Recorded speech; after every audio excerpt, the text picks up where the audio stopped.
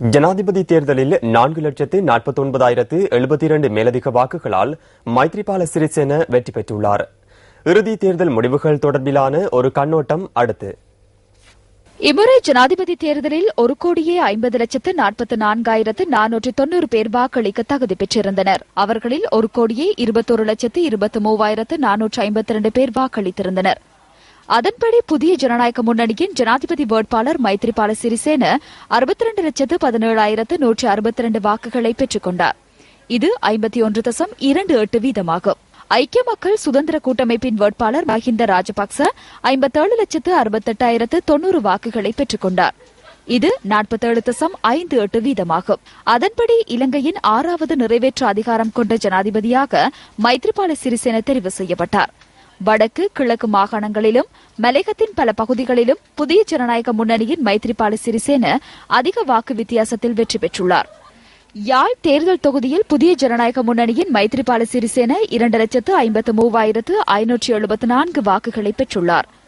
ஐக்கிய மக்கள் சுதந்திர கூட்டமைப்பின் ஜனாதிபதி வேட்பாளர் மஹிந்த ராஜபக்ச 74,454 வாக்குகளை பெற்றுள்ளார். வன்னி தேர்தல் தொகுதியில் 1,41,417 வாக்குகளை மைத்ரிபால சிறிசேன பெற்றதுடன் மஹிந்த ராஜபக்ச 34,377 வாக்குகளை பெற்றுள்ளார். மட்டக்களப்பு மாவட்டத்தில் 2,422 வாக்குகளால் மைத்ரிபால சிறிசேன வெற்றியீட்டினார். அதேவேளை 41,631 வாக்குகளை மஹிந்த ராஜபக்ச பெற்றுக் கொண்டார். திகாமடுல்ல தேர்தல் தொகுதியில் 2,33,360 வாக்குகளை புதிய ஜனநாயக முன்னணியின் மைத்ரிபால சிறிசேன பெற்றார். இந்த தேர்தல் தொகுதியில் ஐக்கிய மக்கள் சுதந்திர கூட்டமைப்பின் ஜனாதிபதி வேட்பாளர் 1,21,027 வாக்குகளை பெற்றார். திருகோணமலை மாவட்டத்தில் புதிய ஜனநாயக முன்னணியின் மைத்ரிபால சிறிசேன 1,40,338 வாக்குகளையும் மஹிந்த ராஜபக்ச 52,111 வாக்குகளையும் பெற்றுக் கொண்டுள்ளார். கொழும்பு மாவட்டத்தில் ஜனநாயக முன்னணியின் வேட்பாளர் 7,25,073 வாக்குகளையும் மஹிந்த ராஜபக்ச 5,62,614 வாக்குகளையும் பெற்றுக் கொண்டுள்ளனர்.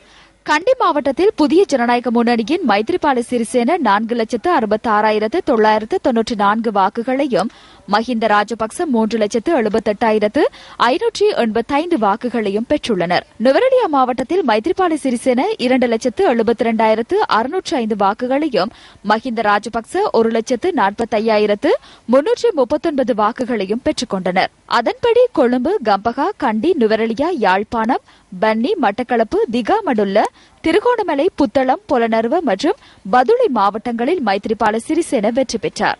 களுத்துறை, மாத்தளை, காலி, மாத்தறை, ஹம்பாந்தோட்டை, குருநாகல், அனுராதபுரம், பொலனறுவை, ரத்தனபுரி மற்றும் கேகாலை ஆகிய மாவட்டங்களில் மஹிந்த ராஜபக்ச வெற்றி பெற்றார்.